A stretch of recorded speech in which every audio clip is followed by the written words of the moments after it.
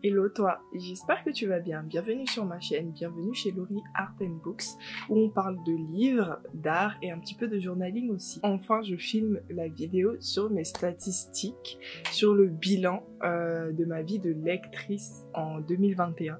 Ça fait un moment, en gros je prépare cette vidéo depuis, non pas des mois, mais je dirais ouais, peut-être 2 mois. Et je repoussais l'échéance parce que c'était du travail de chercher les stats, de ne pas juste copier ce que je retrouve sur mon Goodreads, etc. Je tiens à prévenir que les visuels que j'ai faits, certains sont faits par moi et certains viennent de... j'ai oublié la plateforme, comment elle s'appelle, de Storygraph. Je me suis inscrite récemment sur la plateforme de Storygraph qui est une sorte de Goodreads mais qui est beaucoup plus user-friendly, donc je vous recommande. Et j'ai pu extraire toutes mes données Goodreads, les rentrer dans Storygraph et avoir des petits graphiques qui étaient intéressants. Tous les graphiques de Storygraph ne m'intéressaient pas, mais j'en ai gardé quelques-uns. Voilà, je me suis rendu compte qu'il y a certaines catégorisations qui sont pas forcément, enfin pour lesquelles je suis pas forcément d'accord. On va en discuter juste après.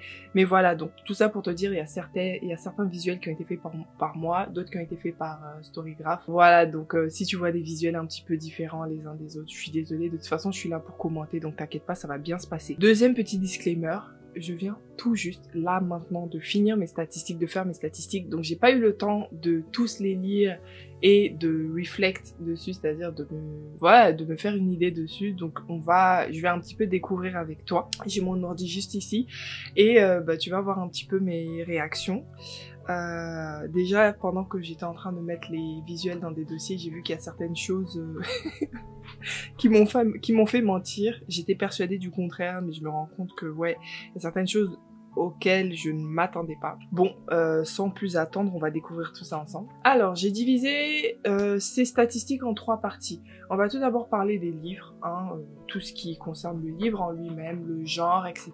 Ensuite, j'ai quelques statistiques sur les auteurs que j'ai lus. Et enfin, on va parler de moi, un petit peu mes habitudes de lecture, etc. Enfin, tu comprendras de toute façon quand on arrivera à cette partie. Première partie, les livres. Alors, on va tout d'abord parler du format. À chaque fois, donc je me suis décalée parce que je vais mettre les visuels ici. Donc tout d'abord, le format papier e-book. Bon, sans surprise, je lis beaucoup plus en papier qu'en e-book. Même si il y a eu une période de l'année, je dirais vers le milieu de l'année, je lisais beaucoup en e-book. C'est-à-dire ma période Not Even Bones, etc. Les romans, tout ça, je lisais beaucoup en e-book, donc ça m'aurait pas non plus étonné si c'était un peu plus. Mais en gros, 70% de par papier, ça me paraît assez cohérent en même temps, vu comment j'achète les livres, parce que beaucoup d'e-books que j'ai, j'arrive à les avoir gratuitement. C'est aussi pour ça, ou alors ils coûtent vraiment peu cher, genre 2-3 euros, vu que souvent ils sont en anglais, donc voilà. Ensuite, on va passer à un autre type de format. C'est aussi les formats, mais plutôt graphique, roman graphique. Pour le coup, ce visuel-là que tu vois m'a assez étonnée quand je l'ai vu. Parce que je m'attendais pas à lire autant de graphiques. Après, je t'avoue qu'il est biaisé parce que là, tout de suite, je me dis que ça pourrait être normal parce que j'ai lu des sagas en graphique. Par exemple, Orange, la saga de manga Orange, à elle seule 6 tomes et je les ai tous bingés en début d'année. Il y a quoi d'autre que j'ai bingé? J'ai lu tout ce qui est webtoon, donc Solo Leveling, Secrétaire Kim. Secrétaire Kim, je crois que je l'ai même pas mis dans mon wrap-up parce que je l'ai lu en digital. Qu'est-ce qu'il y a d'autre? Bref, c'est beaucoup les mangas, donc là comme ça il y a écrit que je lis beaucoup plus de graphiques, mais moi-même ça m'étonne. Mais bon, obviously si on compte le nombre de livres, j'ai lu plus de graphiques que de romans. Mais d'un autre côté, j'ai lu beaucoup de gros romans aussi. Donc je pense que ça compense bien. Ah d'ailleurs, j'ai oublié de te donner l'information principale quand même, le début. Combien de livres j'ai lu cette année? J'ai lu 76 livres en tout. Et oui, 76 je crois. Oui, 76. Je suis pas sûre, mais je crois que c'est ça. Et je m'étais fixé au tout début d'année, 25 livres, je crois. Ensuite, 40 livres. Et au final, j'en ai lu 76. Tout ça pour te dire, j'avais clairement pas prévu de lire autant. J'avais aussi pas prévu du tout de lire autant de graphiques parce que de base, je suis pas forcément très manga. À la limite webtoon, mais les webtoons je les traque pas vu que je lis épisode par épisode sur mon application webtoon et que c'est gratuit dans tous les cas, donc je traquais pas ça, mais je lisais pas de graphique. On va passer maintenant au ratio fiction non fiction. J'ai mis ça, je savais comment ça allait être, je l'ai mis juste par rapport à mon objectif de 2022 qui est de lire plus de non fiction. Bon, on n'est pas surpris de voir que j'ai très peu de non fiction. Je saurais même pas dire quelle est la non-fiction qui a été prise en compte. Je crois que j'en ai lu une seule en vrai, qui représente 2% environ. Je crois que c'est 1, quelque chose pour cent. Mais c'est... je sais plus ce que c'est. Je me rappelle même plus de la seule non-fiction que j'ai lue, franchement catastrophe. Bref, passons. Ensuite, on va passer sur quelque chose de plus croustillant. Je vais te partager 2 visuels. Un qui vient de moi, voilà, parce que je me suis fait un Excel où j'ai répertorié à la main les différents genres des livres. Et un qui vient de The Storygraph qui tout seul fait les catégorisations. J'ai quand même voulu mettre le mien parce que ici je suis pas forcément d'accord avec les catégorisations. Par exemple, donc là je vais te mettre le visuel de Storygraph. On voit que il y a une catégorisation qui s'appelle YA, je crois, Young Adult, et c'est la 3e catégorisation que je lis le plus. Je suis pas forcément d'accord parce que pour moi les Young Adult c'est pas un genre littéraire parce que bah il y a des fantasy Young Adult, il y a des contemporains Young Adult. Enfin, autant qu'il y a des fantaisies adultes, contemporains adultes, etc. Donc pour moi, le young adult n'est pas vraiment une catégorisation, mais c'est quand même intéressant de voir un petit peu selon The Storygraph ce que je lis. Et du coup, je vais repasser à mon visuel où on voit que sans surprise, mon genre le plus représenté, c'est la fantasy et le fantastique que j'ai mis ensemble parce que parfois c'est compliqué de faire la différenciation pour moi. Ensuite, je suis assez surprise de voir la romance en 2e ex-aequo avec l'horreur. Parce que je savais pas que je lisais tant de romances que ça, mais apparemment si. Je pense que les mangas ont joué aussi dedans, parce que genre A Sign of Affection, c'est une romance. Qu'est-ce que j'ai lu d'autre? Je sais pas si Orange, j'avais catégorisé ça comme romance, je suis pas sûre. Mais bon, voilà, apparemment je lis 10% de romance et 10% d'horreur. Ensuite contemporain, thriller. Contemporain, pareil, je suis assez étonnée, parce que de base, je ne suis pas très attirée par ça. Mais ouais, bon, bref. Au final, je suis pas forcément très surprise à cause du rôle de la fantasy, fantastique et de l'horreur et du thriller. Par contre, romance et contemporain, je suis assez... Continuons sur l'avant-dernier visuel pour cette partie. C'est le pacing. Donc ça, c'est un visuel que j'ai pu récupérer, enfin, c'est un découpage que j'ai pu récupérer sur The Storygraph que j'ai trouvé intéressant. J'y avais pas du tout pensé à faire ça, mais je trouve intéressant de voir quels sont les pacing, donc les rythmes des livres que je prends. Donc ça m'étonne pas forcément de voir que c'est plutôt un rythme moyen. J'aurais même dit rapide, mais bon, vu que le rapide est en 2e, ça me va très bien. Je n'aime pas quand c'est lent dans les livres, quand c'est trop contemplatif, etc. Je n'apprécie pas. Pour moi, la plume peut être très belle. C'est très rare. C'est arrivé 1 ou 2 fois seulement que la plume rattrape un rythme lent et un plot moyen. Donc ouais, ça m'étonne pas. Moi j'aurais plus dit rapide, mais bon, le fait que le moyen soit là à la place, voilà. Ensuite, donc dernier petit visuel, c'est la taille, donc le nombre de pages des livres que j'ai lus. La plupart des livres que j'ai lus, donc 65%, font moins de 300 pages, ouais. 7% font plus de 500 pages. Donc, qu'est-ce que j'ai lu qui faisait 500 pages? Bah, il y a eu Les Noces de la Renarde, il y a eu Nevernight. Je sais pas trop, je les ai pas en tête. Mais j'aurais peut-être dit plus, mais bon, voilà. Et il y a 28% qui sont entre 300 et 500 pages. Je tiens à dire que, encore une fois, le moins de 300 pages, il est très biaisé par les mangas. Parce que les mangas sont plutôt courts et les graphiques. Et vu que j'en ai lu beaucoup en nombre, en unité, bah du coup forcément ça biaise un peu. Mais en réalité, moi j'ai l'impression que la plupart des romans, en tout cas que j'ai lus, sont entre plutôt 300 et 500 pages. C'est tout pour les livres. Je sais pas ce que t'en penses, mais in fine, moi je suis pas forcément très surprise. Ça me ressemble plutôt bien. Maintenant, on va voir 2 petits visuels sur les auteurs que j'ai pu lire. Tout d'abord, je vais te présenter le genre, parce que pour moi c'est important de savoir est-ce que je lis plutôt des hommes que des femmes ou le contraire. Et je lis plus de femmes. Voilà, tu vas voir à mon sourire que je suis plutôt contente, hein. 55% de femmes et 43% en moyenne d'hommes, c'est pas mal. Les non-binaires, je pense qu'il s'agit d'un seul auteur parce que... Qu'est-ce qu'il y a de non-binaire? Non, 2 auteurs. Il y a eu Hayden Thomas de Cemetery Boys et le deuxième, je sais pas qui c'est. je sais plus qui c'est.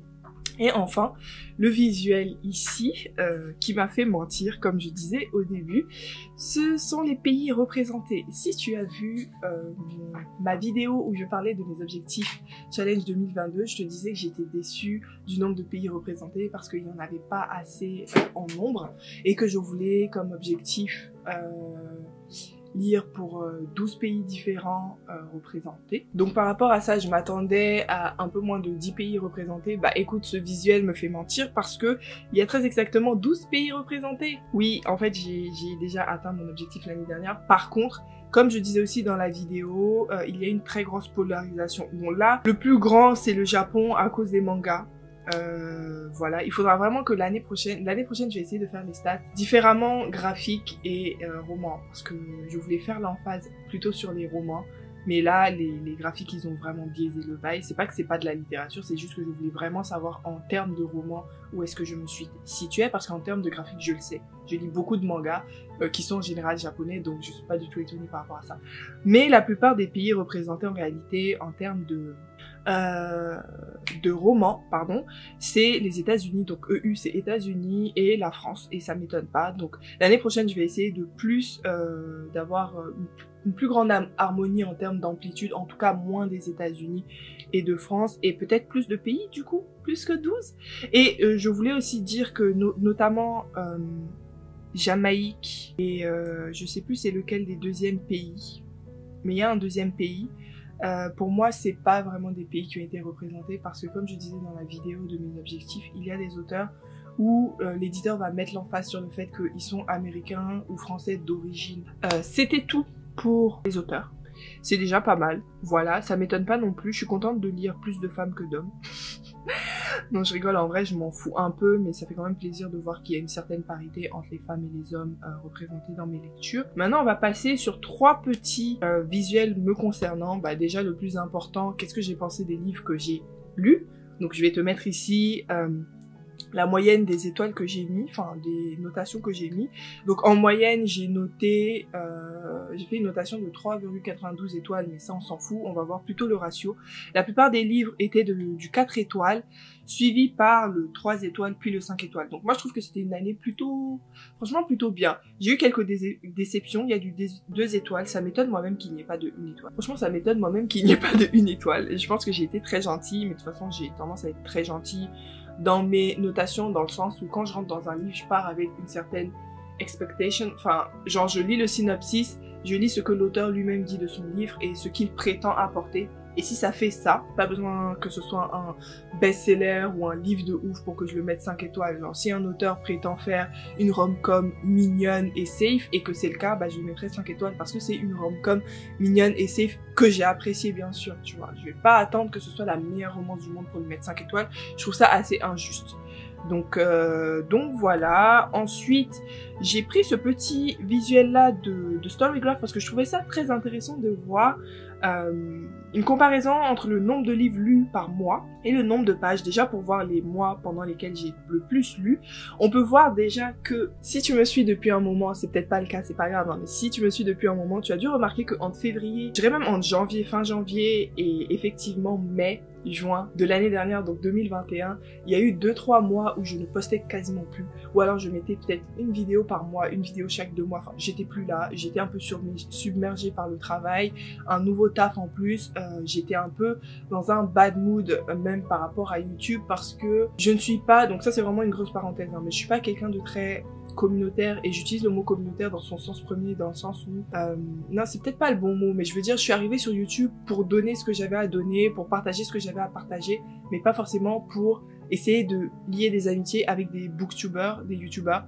Et je me suis très vite rendu compte que si tu voulais, je vais même pas dire percer parce que booktube c'est assez petit, mais si tu veux réussir, si tu veux attirer l'attention, bah faut déjà parler des choses qui percent déjà, et il faut faire ami-ami avec d'autres booktubers, et ça se vérifie, hein. On peut regarder les stats de plein de booktubers, très souvent quand ils ont beaucoup d'abonnés ils sont amis avec d'autres booktubers, et je trouve pas ça mauvais du tout, c'est juste que je suis pas très sociable. Voilà, genre mon booktube c'est ma vie sociale.